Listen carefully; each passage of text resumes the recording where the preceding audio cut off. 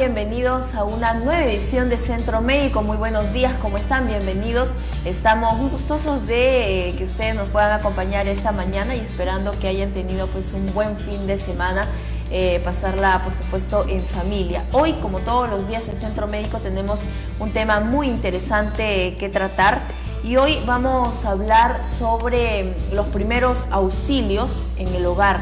Muchas veces nosotros tenemos o suceden accidentes domésticos en nuestras casas y en varias oportunidades no sabemos qué hacer. Es por eso que hemos querido conveniente tratar ese tema el día de hoy y para ello nos acompaña esta mañana la licenciada en enfermería Cecilia Sánchez, quien nos va a conversar un poco sobre este tema y bueno, ustedes puedan informarse y conocer más y qué hacer ante estos accidentes. Muy buenos días, Cecilia, y bienvenida a Centro Médico.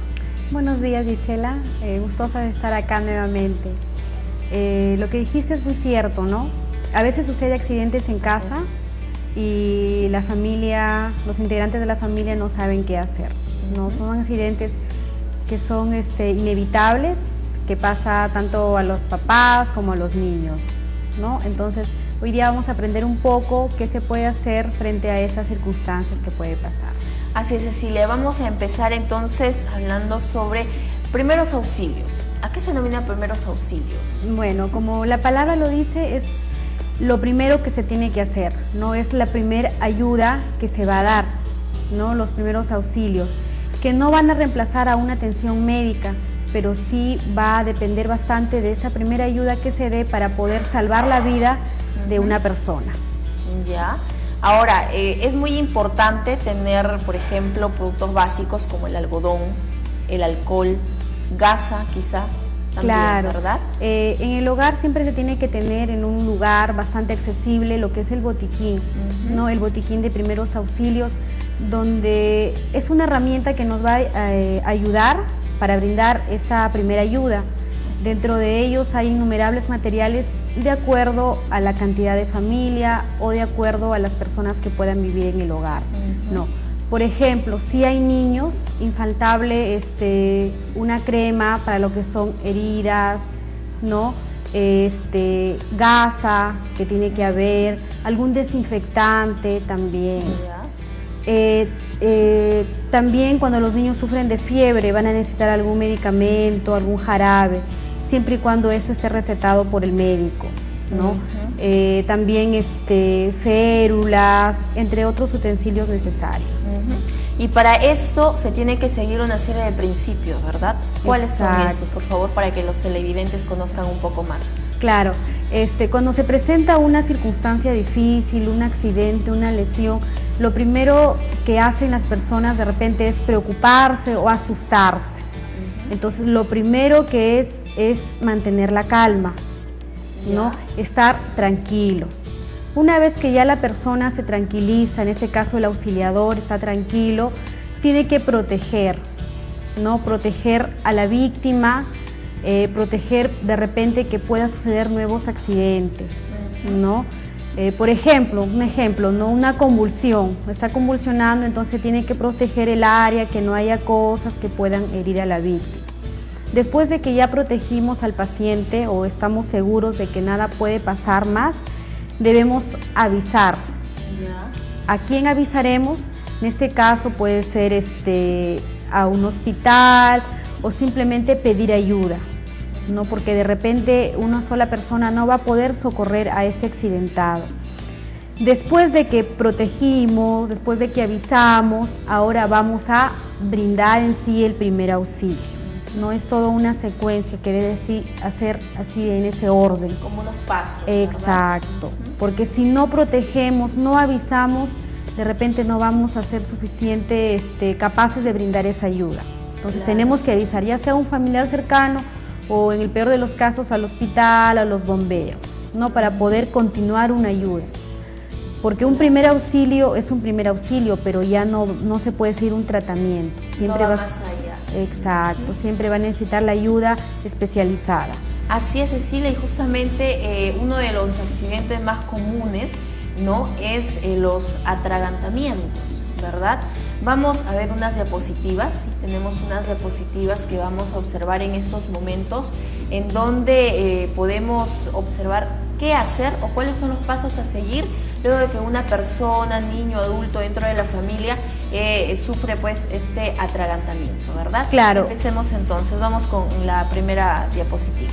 Claro, a veces en casa están comiendo y se atoran con algo, ¿no? Entonces, esta maniobra se llama maniobra de Helmich. ¿En qué consiste? ¿No? Primero, si el paciente está atragantándose, lo primero que se va a ver es el reflejo de tos. Entonces, si el paciente tose, no hay problema, porque ese reflejo va a ayudar a que elimine el cuerpo extraño. ¿Ya? Pero si el paciente no tose, se coge el cuello, ¿no? Es señal de que tiene dificultad para respirar. Entonces, es ahí donde se aplica la maniobra. ¿En qué consiste? No consiste, como pueden ver en la imagen, en comprimir, no hacer un punto central entre el ombligo y donde termina el esternón, hacer puño con una mano y presionar hacia adentro y hacia arriba. ¿Para qué? Para lograr que el cuerpo extraño pueda ser expulsado y no ocasione obstrucción de la vía respiratoria, ¿no? Igual en los niños también, sino que la fuerza va a ser diferente, ¿no? Porque los niños, su caja torácica es mucho más delicada. En la siguiente diapositiva vemos en el caso de los bebés, ¿no? En los bebés menores de 1 año, ¿no? Se coloca al lado contrario, se le coge del cuello y se hace pequeños golpecitos entre los omóplatos, ¿no? En la parte de la espalda, tal como se puede ver la imagen, con el talón de la mano, ¿no? Más o menos unos 5 a 10 golpecitos, viendo cuán efectivo es, ¿no? Porque tampoco podemos estar golpeando muy fuerte porque podemos dañar lo que es el pulmón. Ese es en el caso de los bebés. ¿Qué sucede si una persona está sola? O sea, no tiene quien le haga la maniobra. Él mismo se puede hacer. Coge cualquier superficie, en el caso una silla, y también se puede hacer compresiones en esa zona para eliminar el cuerpo extraño. Muy bien, entonces esas eran las imágenes que podíamos observar ahí y qué tan sencillo es, ¿no? De repente tener estos conocimientos para ante cualquier tipo de situaciones, pues estar prevenidos, ¿no? Y saber qué hacer, porque lo primero, y si es una persona pues que sufre de los nervios, se tensiona rápido, difícilmente va a poder ayudar a su familiar, ¿no? Claro, y la peor complicación de esto es que un paciente, una persona puede morir de asfixia. ¿Por qué? Porque el cuerpo extraño va a impedir que entre oxígeno a los pulmones, entonces puede desvanecerse en cualquier momento, es cuestión de minutos. Si no se actúa a tiempo, el paciente puede pasar ya a lo que es un paro respiratorio, ¿no? Y eso ya podría complicarse mucho más. Hemos visto que los pasos son diferentes tanto para bebés, niños y adultos. Exacto, sí, son diferentes. Muy bien, entonces qué tan importante tener conocimiento sobre esto. A continuación vamos a presentar un video donde podemos representar más este tipo de situaciones, ¿no? Y que son recomendaciones que justamente nos da la Cruz Roja. Algunas consideraciones que debemos tener muy en cuenta. Vamos a observar el video. Uno de los casos donde se puede llevar a cabo el soporte vital básico es ante un atragantamiento u obstrucción de la vía aérea. Ello suele pasar en situaciones tan habituales como en una comida o en un juego infantil, cuando pequeños objetos o alimentos entran en las vías respiratorias. Ante este caso, es primordial ver si la persona tose o puede hablar, es decir, ver si hay un mínimo paso de aire. En caso de que así sea, hay que animar y favorecer a que continúe tosiendo para que la obstrucción desaparezca por sí sola. Es muy importante no dar golpes en la espalda de la persona que está de pie, porque podrían mover el cuerpo extraño y obstruir del todo las vías respiratorias. Si la víctima no puede toser ni hablar, la obstrucción es completa. En este caso, la víctima puede hacer el gesto reflejo de llevarse las manos al cuello. Si en poco tiempo no recupera la respiración, la víctima caerá inconsciente al suelo. Si la víctima no tose, hay que actuar de inmediato y gritar para pedir ayuda. Después, desde un lado y un poco detrás de ella, se le sostiene el pecho con una mano y se la ayuda a inclinarse hacia adelante. Con la otra mano se dan hasta 5 palmadas fuertes en la espalda entre las escápulas. o menos golpes si el objeto se expulsa antes. Se revisa la boca y se retira cualquier estorbo que se vea. Si la obstrucción perdura, se hacen las compresiones abdominales. Se rodea a la víctima desde atrás. Se cierra una mano en forma de puño y se coloca el nudillo del pulgar 4 dedos por encima del ombligo. Se coge el puño con la otra mano y se presiona fuerte hacia adentro y arriba, hacia los pulmones. Se disminuye la presión sin perder la posición del puño y se repite en ciclos de 5 veces. Si continúa la obstrucción, se alternan las 2 maniobras, 5 palmadas y 5 compresiones. Si aún así no mejora, es necesario llamar al 112 y prepararse por si hay que hacer la reanimación cardiopulmonar. Si las compresiones y las palmadas no han funcionado, puede ser que la víctima caiga inconsciente al suelo. Este caso ya lo hemos visto en el apartado anterior. Recordad que hace falta abrir la vía aérea y comprobar si respira. Si no es así, se realiza la reanimación cardiopulmonar hasta que recupere la respiración espontánea o hasta que llegue el equipo de emergencias.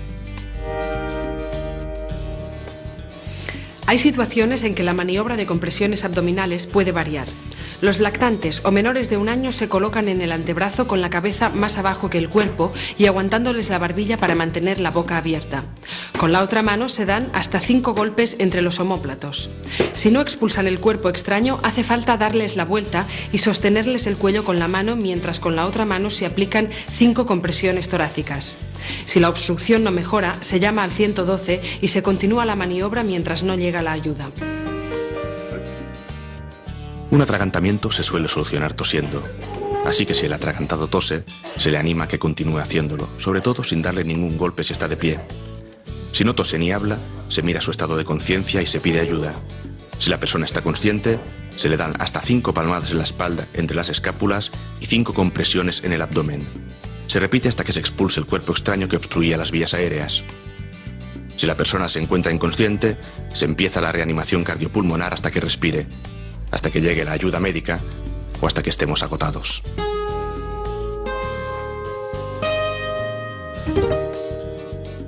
Bien, entonces ahí veíamos este video y es muy importante, no es fácil incluso de acceder a esta información en internet, ¿no?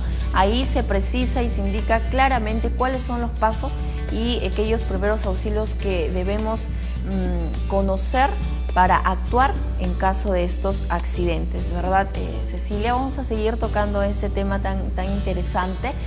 Por supuesto, aquí en Centro Médico, usted no se vaya, vamos a una breve pausa comercial aquí en el programa, pero no se mueva, volvemos con más aquí en Centro Médico. Bien, continuamos aquí en Centro Médico. El día de hoy está con nosotros la licenciada en enfermería Cecilia Sánchez, quien gentilmente nos está acompañando para hablarnos sobre un interesante tema, pero a la vez muy importante y que todas las familias deben tener en cuenta. Estamos hablando sobre los primeros auxilios en el hogar.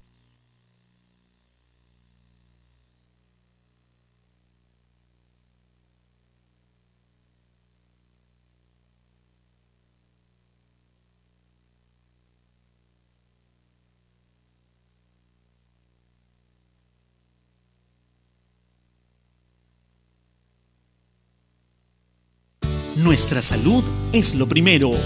Ozono Televisión presentó Centro Médico, un espacio con información y consultas para que usted siempre se sienta bien. Centro Médico, con la conducción de Gisela Sandoval.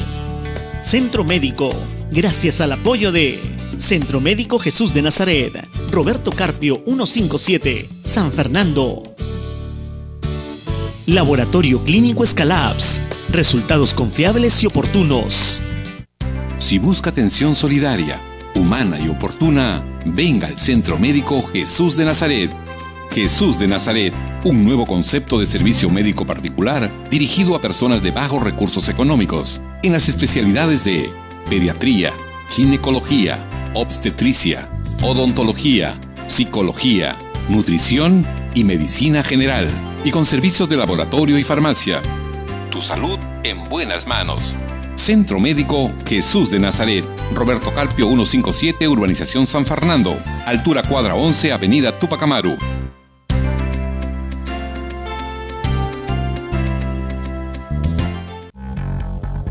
Solo en Escalabs tengo la seguridad de recibir resultados confiables y su atención es la mejor. Exacto, nuestro sólido sistema de gestión de calidad nos permite brindarle resultados confiables. Escalabs es confianza, certificados internacionalmente. Nuestra salud es lo primero. Centro Médico, gracias al apoyo de Centro Médico Jesús de Nazaret, Roberto Carpio 157, San Fernando. Laboratorio Clínico Escalabs, resultados confiables y oportunos. Bien, continuamos aquí en Centro Médico. El día de hoy está con nosotros la licenciada en enfermería Cecilia Sánchez, quien gentilmente nos está acompañando para hablarnos sobre un interesante tema, pero a la vez muy importante y que todas las familias deben tener en cuenta. Estamos hablando sobre los primeros auxilios en el hogar, ¿verdad? Muy comunes son los accidentes caseros. Quien en algún momento pues no ha sufrido una, no sé, un corte con un cuchillo, con una tijera tal vez. Entonces, ¿qué hacer en ese tipo de situaciones? ¿Verdad, Cecilia? ¿Qué tan importante es conocer esto? Ahora vamos a hablar sobre las heridas, que es muy común, ¿no? Ya lo mencionaba que pueden ser a partir de, pues, con el cuchillo, con la tijera, de repente están clavando valga la redundancia, un clavo y pues sufren una herida, ¿no? ¿Qué hacer en estos casos, Cecilia? Ya, en cuanto a lo que son heridas, lo primero que hay que ver es cuán grave es. Si es una herida donde no hay mayor gravedad, que quiere decir que no hay sangrado, no, que es superficial, lo primero que tenemos que evitar es la infección, ¿no? Evitar que se infecte la herida. No, ¿por qué? Porque esa infección va a empeorar la lesión y puede traer complicaciones. En este caso, para evitar la infección, lo que tenemos que hacer es dirigir los primeros auxilios a una asepsia, a una desinfección de la zona. Ya. No con materiales que podamos tener en casa, no jabón, si no hay cloruro, que es el suero fisiológico para que usamos en los hospitales, con agua hervida podemos utilizar, ¿no? Con jabón líquido o algún desinfectante. Y posteriormente cubrirlo con una gasa o de repente alguna pomada que tengamos para evitar la infección, ¿no? Básicamente. Salvo que ya la herida se complique, se tratará como una hemorragia, que más adelante también lo vamos a ver. Vamos a observar unas imágenes para que usted grafique y sepa en qué momento actuar y cómo hacerlo, ¿verdad? Cecilia, por favor, tenemos las imágenes, coméntanos. Bueno, ahí en la diapositiva, por ejemplo, podemos ver los diferentes tipos de herida, ¿no? Una de ellas, por ejemplo, en la mano, probablemente con un clavo, denominada herida punzante, ¿no? Por la forma de la herida, ¿no? En la siguiente, por ejemplo, una herida por mordedura de perro, que también se trataría, ¿no? Sería algo de riesgo, ¿no? Posteriormente, una herida en el pie, que es por aplastamiento, ¿no? De repente algún objeto pesado cayó encima del pie y causó todo ese daño, ¿no? Luego una herida traumática, que casi corta o se produce amputación del dedo, que a veces las amas de casa, ¿no? Cortando la carne, en lugar de la carne, cortan el dedo. Entonces hay que tener bastante cuidado con eso. Muy frecuente eso, exacto, ¿no? Muy frecuente, en realidad, por experiencia propia. Una vez sí me corté un poco el dedo y en realidad uno no sabe qué hacer. A veces lo pone en agua, le pones tajada de tomate de repente encima para que refresque, ¿no? Pero esto sí se puede hacer, por ejemplo. Sí, hay bastantes remedios caseros que las amas de casa aplican, ¿no? Pero lo ideal o lo recomendable para producir menos daño es como vemos en la siguiente diapositiva, ¿no? Primero, alisar el material que vamos a utilizar para curar la herida. Luego, el auxiliador tiene que lavarse las manos y, si es posible, usar guantes, ¿no? Para evitar contaminarse él con la sangre de la otra persona y también evitar infecciones. Luego, si hay algún cuerpo extraño, tratar de retirarlo, que puede ser con una pinza, retiramos los cuerpos extraños. Aplicar bastante agua, ¿no? Agua a chorro, si es posible, para que ayude a desinfectar la herida. Luego aplicamos una solución estéril o un antiséptico o simplemente jabón líquido, jabón antibacterial. Puede ser cualquiera de ellos. Y si se usara, por ejemplo, jabón de pepa, porque también se puede utilizar el jabón de pepa, ¿no? Una vez que curamos con el antiséptico, con el jabón de pepa o jabón líquido, tenemos que cubrir la herida. Eso sí tiene que ser una gasa, ¿no? Una gasita. ¿Para qué? Para evitar que entre polvo o entre suciedad y se contamine la herida. Y luego con esparadrapo lo cubrimos. Muy bien, entonces hemos conocido un poco más sobre eso, pero hay muchas veces que sufrimos un corte y que no necesariamente cierra a los pocos minutos, a veces infecta. Y esto debido a que no toman los cuidados debidos o porque es que se empeora eso. Exacto, eso es generalmente cuando son heridas más profundas. El material que se hizo la herida estuvo contaminado o estuvo oxidado, o no se hizo la debida limpieza, no se usó un antiséptico. Entonces, como te dije al inicio, lo que hacemos en casa es el primer auxilio, ¿no? Pero ya si la herida es muy profunda, no es suficiente con la limpieza casera. Va a ser necesario un tratamiento médico, de repente va a ser necesario que se use algún antibiótico, que ya va con receta médica. Muy bien, entonces, y cuando ocurre una complicación y sucede ya algo mucho más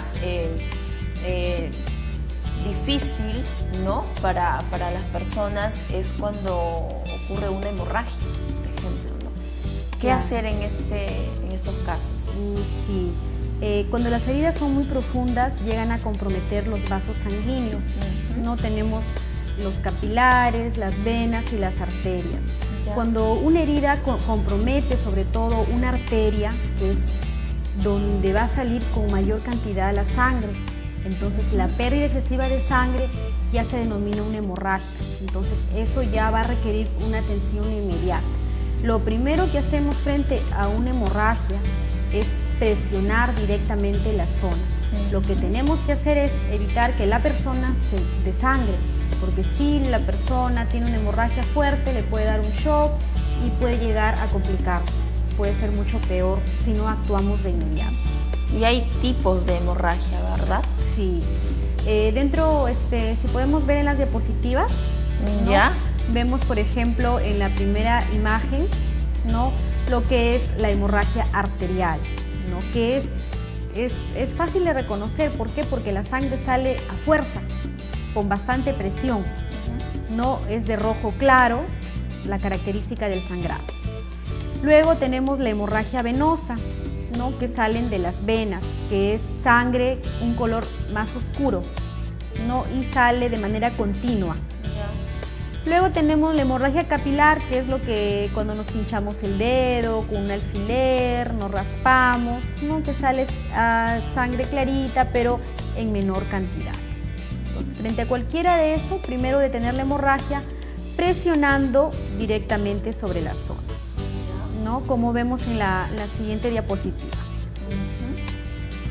Primero, ahí podemos observar lo siguiente, ¿no? Exacto. Primero hacemos presión directa en la zona, ¿no?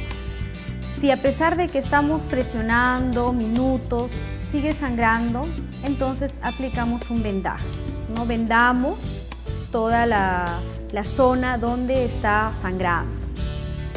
Si a pesar de eso vemos que la venda se empapó de sangre, si es en la parte de los miembros, o sea, de brazos o piernas, levantar el brazo o levantar la pierna, ¿no? Para evitar que siga sangrando. Si ya es una hemorragia arterial, no se va a detener con eso.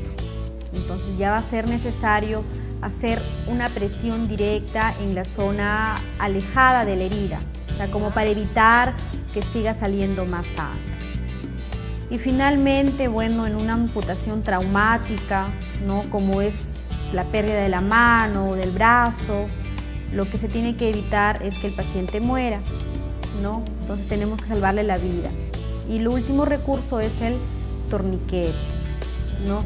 que mucho cuidado con esto, porque eso siempre lo tienen que utilizar o aplicar las personas capacitadas, no cualquiera lo puede utilizar, ¿no?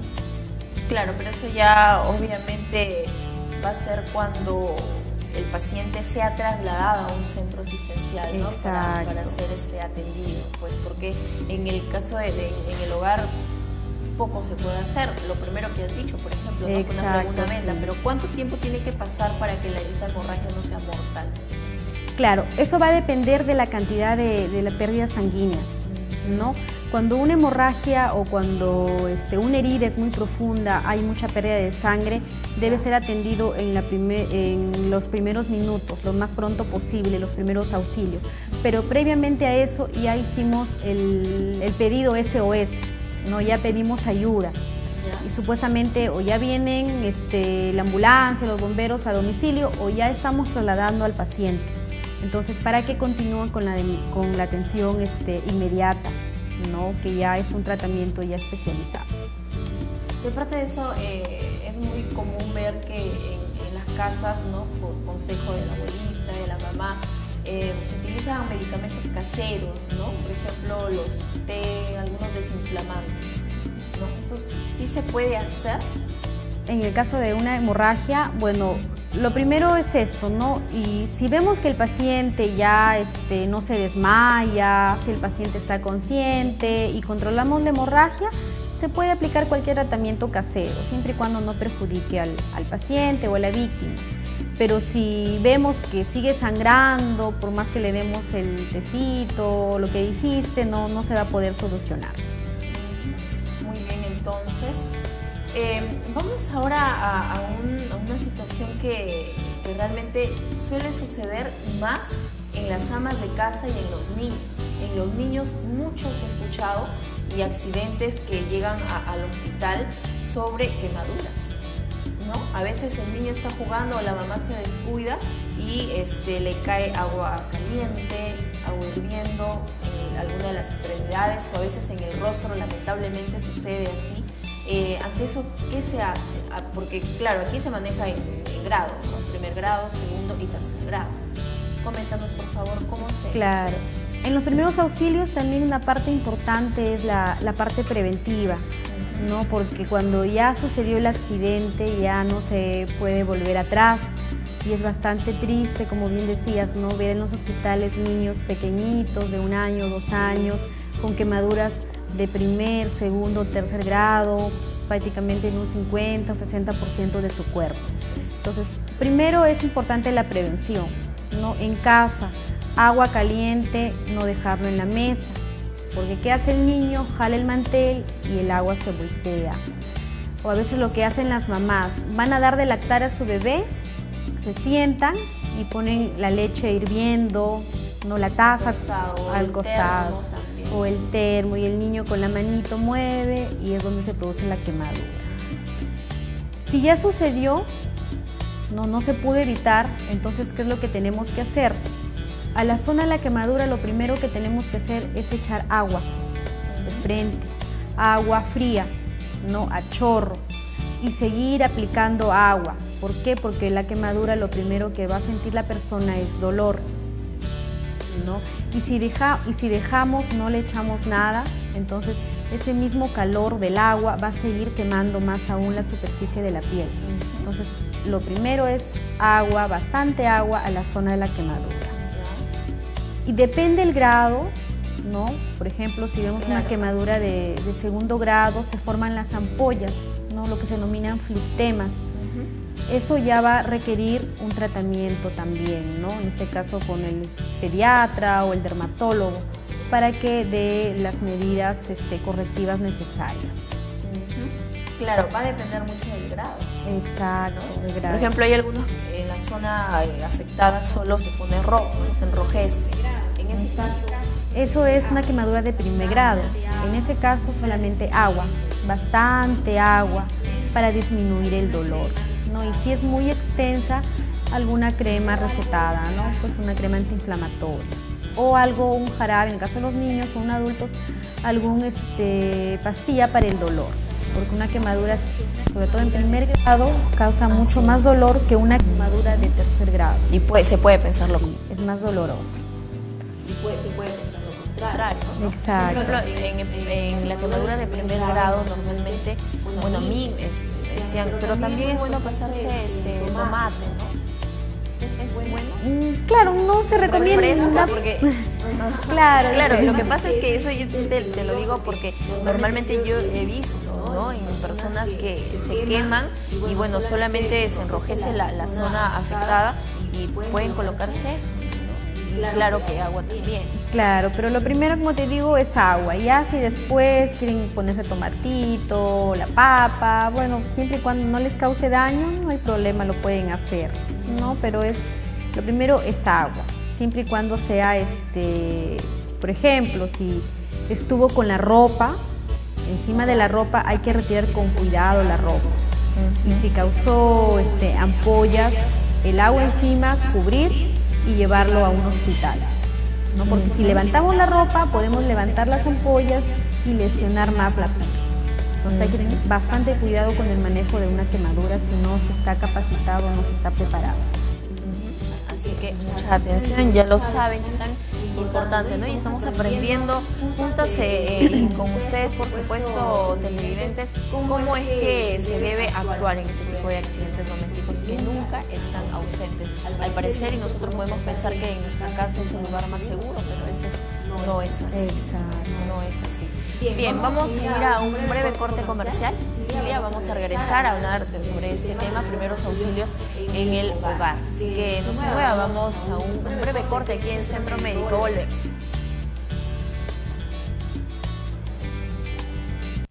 Nuestra salud es lo primero. Centro Médico, gracias al apoyo de Centro Médico Jesús de Nazaret, Roberto Carpio 157, San Fernando.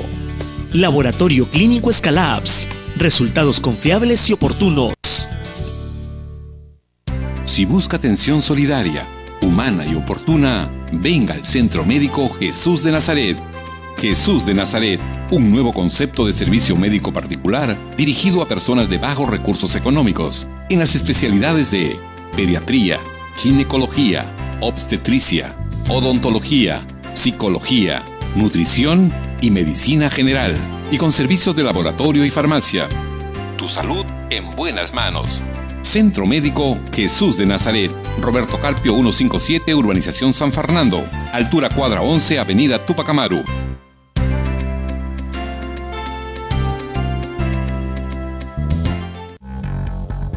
Solo en Escalabs tengo la seguridad de recibir resultados confiables y su atención es la mejor. Exacto, nuestro sólido sistema de gestión de calidad nos permite brindarle resultados confiables. Escalabs es confianza, certificados internacionalmente. Nuestra salud es lo primero. Centro Médico, gracias al apoyo de Centro Médico Jesús de Nazaret, Roberto Carpio 157, San Fernando. Laboratorio Clínico Escalabs, resultados confiables y oportunos. Bien, y seguimos aquí en Centro Médico, en el programa. Estamos tocando un tema muy importante como son los primeros auxilios en el hogar. Realmente todos tenemos que conocer eso, ¿no? Reiteramos en estos consejos porque son importantes. Muchas veces se han dado muertes hasta, por decirlo, absurdas, por no saber a cómo actuar y hacerlo en el momento oportuno. Así que para ello, con quien estamos conversando esta mañana, nos acompaña la licenciada en enfermería Cecilia Sánchez, quien es especialista del Centro Médico Jesús de Nazaret, quien nos está detallando un poco más sobre este tema. Ya habíamos hablado sobre heridas, cómo controlar las hemorragias, ¿verdad? Y también cómo actuar en caso de atragantamiento. Ahora lo que vamos a tocar y que también es muy común, principalmente pues en los ancianos y niños, ¿no? Son las fracturas. Son aquellos golpes, aquellas caídas que a veces no están ausentes en el hogar y que vamos a ver cuáles son esos tipos de fracturas que existen, ¿verdad, Cecilia? Así es. Cuando sucede un accidente, donde puede ser una caída, el impacto de algún objeto sobre el cuerpo de la persona, va a producir ruptura, en este caso ruptura de los huesos, ¿no? ¿Quiénes están más susceptibles? A pesar de todo son los ancianos.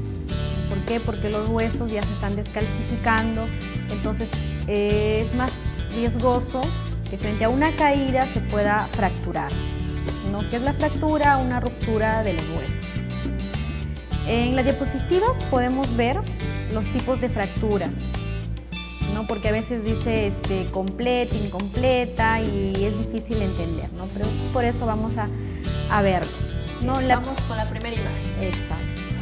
En la primera imagen, en el número 1, podemos ver una fractura completa y cerrada, que quiere decir que no ha dañado o no ha salido al exterior, pero está prácticamente todo el hueso roto. En la segunda figura podemos ver una fractura completa y abierta. ¿Por qué? Porque está lesionando el tejido, el hueso está saliendo a la parte externa, ¿no? Y hay mucho más riesgo porque también puede haber una contaminación o una infección. Luego tenemos una fractura que no hay separación del hueso y se conoce como fisura o, como decir en palabras comunes, una rajadura nada más, ¿no? En la siguiente diapositiva podemos ver claramente una fractura abierta, ¿no? Donde hay exposición de la parte ósea, ¿no? Ahí la mayor complicación es una hemorragia y una posible infección si no se trata a tiempo.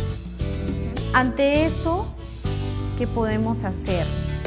¿No? Hay que tener bastante cuidado cuando movilizamos al paciente, cuando tiene ese tipo de heridas, ese tipo de fracturas.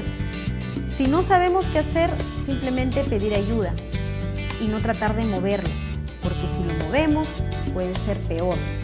De repente era solamente una fisura, lo movemos, lo convertimos en una fractura abierta. Entonces, hay que tener bastante cuidado con el manejo de este tipo de circunstancias o accidentes. Bien, tenemos la siguiente. En la siguiente diapositiva, ¿qué hacer? ¿No? Primero es sostener firmemente la zona y colocar encima una gasa, ¿no? Para proteger lo que es la herida. Mantener que la víctima esté en posición acostada, ¿no? Y colocar una férula o una tablilla. No tratar de estirar o tratar de acomodar la fractura, porque podemos empeorar, ¿no? Con lo que tengamos a la mano nos puede servir para colocar una férula. Puede ser madera, si no tenemos madera, aunque sea los periódicos o revistas, un libro, un cuaderno. Lo colocamos en la posición anatómica y colocamos un vendaje para evitar que esa fractura se movilice. Pasamos a la siguiente. Ahí podemos observar una imagen que, bueno, el médico está... Claro, el auxiliador. De colocarle en una posición adecuada.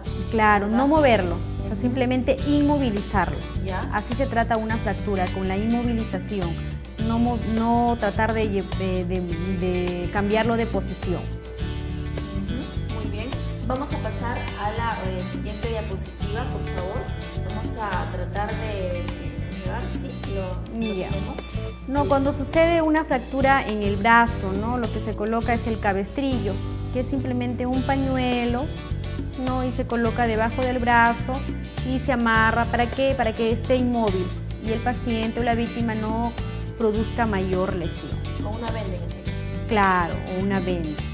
¿Ya? No, en la siguiente diapositiva vemos diferentes formas de inmovilizar, ¿no? Formas de inmovilizar de manera casera, ¿no? Con el uso de tablas, pedazos de tela o pañuelos. ¿Ya? ¿No? En la siguiente podemos ver, aunque sea con la ayuda de periódicos, ¿no? Porque en ese momento a veces no se tiene todo a la mano y con lo que podamos auxiliar lo vamos a hacer. Muy bien, entonces eso era lo que observamos, ¿no? En las imágenes veíamos que lo recomendable es no mover al paciente cuando sufre alguna fractura. En este caso veíamos que era en la pierna, ¿no? En la pierna. Entonces, ¿cuán importante es esto? Vamos a tratar ahora sobre aquellos mareos, desmayos, ¿verdad? Desmayos que sufren. Y esto es comúnmente porque no, ¿qué puede ser? ¿El estrés, la tensión o la falta de alimentación quizá? Claro, tenemos las denominadas lipotimias, ¿no? Que son unos desmayos que no tienen una causa, ¿no? Muchos pueden ser la causa, pero ya eso va a necesitar un descarte, ¿no? Un análisis, un estudio y todo lo demás, ¿no? Simplemente la persona se desvanece o se desmaya, que puede ser por falta de irrigación sanguínea. Entonces, ¿qué hacer frente a eso? ¿No? Retirar todos los objetos que puedan causar daño, procurar que el ambiente esté ventilado, ¿no? Porque va a necesitar una mayor oxigenación. Porque ¿qué sucede? Alguien se desmaya, corren todos y todas esas personas se ponen alrededor y lo que quitan es el oxígeno. Entonces, pues lo curioso, ¿no? Exacto, los curiosos. Lejos de ayudar, van a entorpecer la labor del auxiliador. Entonces, hay que procurar que el ambiente esté despejado, acostar a la víctima y levantar miembros inferiores. ¿Para qué? Para favorecer la irrigación sanguínea. ¿No? O sea, está en el piso y es recomendable levantar los pies hacia las piernas hacia arriba, para mejorar, para que vaya una irrigación, ¿no? Llegue oxígeno al cerebro, que generalmente es la causa de esos desmayos. Claro, y que bueno, posteriormente ya se va a verificar y a descartar de qué se trata esos desmayos, porque tampoco es que sea normal, ¿no? Sí. Sino que se puede dar en cualquier momento. Bien, Cecilia. Vamos a observar un video sobre justamente este tipo de situaciones que se suelen presentar en cualquier momento. Nadie está libre de tener un desmayo. Vamos a observar en el siguiente video. Estar de pie y quieto durante mucho tiempo, emociones intensas, regímenes dietéticos no adecuados o el exceso de calor pueden provocar una lipotimia o, lo que es lo mismo, un desmayo. En estos casos, la piel, aunque puede estar sudada, no está caliente sino fría. Veamos qué podemos hacer. Para mejorar el riego sanguíneo en el cerebro, se le levantan las piernas ligeramente por encima del nivel de su cabeza. En todo momento la víctima tiene que recibir aire fresco. Si hay más gente alrededor de la víctima, se tiene que alejar y ventilar el espacio. Mientras la persona desmayada se recupera, hay que tranquilizarla y ayudarla a sentarse. Si parece que la víctima se vuelve a desmayar, se la devuelve a la posición anterior. Si no recupera la conciencia al cabo de un momento, se llama al 112 y se está preparado para dar el soporte vital básico. Después de un desmayo, se levantan las piernas de la víctima y se procura que le llegue aire fresco. Cuando se recupera, se le tranquiliza y se le ayuda a sentar. Solo se llama al 112 si tarda en recuperar la conciencia.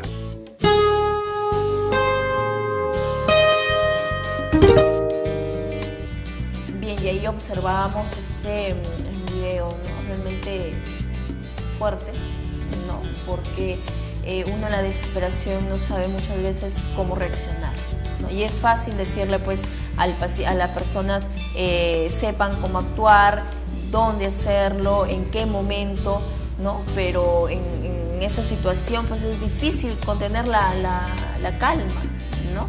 Muy bien, Alicia, vamos ahora, ¿cómo debe organizarse un botiquín dentro del hogar y en dónde es preciso guardarlas, ¿no? Claro, tener los materiales necesarios de acuerdo a la necesidad del hogar, ¿ya? ¿No? De acuerdo al lugar que se va a tener, ¿no? Porque también en las empresas también se debe tener su botiquín, ¿no? Ustedes mismos acá también en la radio, en el canal deben tener su botiquín. Sí, entonces, claro, estamos prevenidos. Exacto. ¿Qué materiales se debe tener? ¿No? Gasa, isodine, un jabón líquido, guantes, vendas, algodón, alcohol, algunas pastillas de repente para la fiebre, alguna pomada antibiótica, férulas, entre otros. Muy bien, Alicia, entonces eso es lo que debemos tener muy en cuenta, por favor. La intención del programa de hoy ha sido eso, informarlos, orientarlos y que sepan qué hacer y cómo reaccionar en este tipo de situaciones, accidentes domésticos que suelen suceder en el hogar. Muchas gracias Cecilia por habernos acompañado aquí en Centro Médico. Por favor, cualquier atención que puedan o que estén interesados nuestros televidentes, ¿dónde pueden acudir? A Roberto Carpio 157 al Centro Médico Jesús de Nazaret. Muy bien, entonces, así es, Roberto Carpio 157 en la urbanización San Fernando. Ustedes pueden ubicar al Centro Médico Jesús de Nazaret, en donde podrán acceder a los diferentes consultorios que ofrece este centro, por supuesto, y a módicos en costos para que usted pueda acceder fácilmente. Así que gracias por habernos acompañado. Conmigo será hasta el día de mañana con una nueva edición de Centro Médico y otros temas muy importantes. Que tengan buen día. Permiso.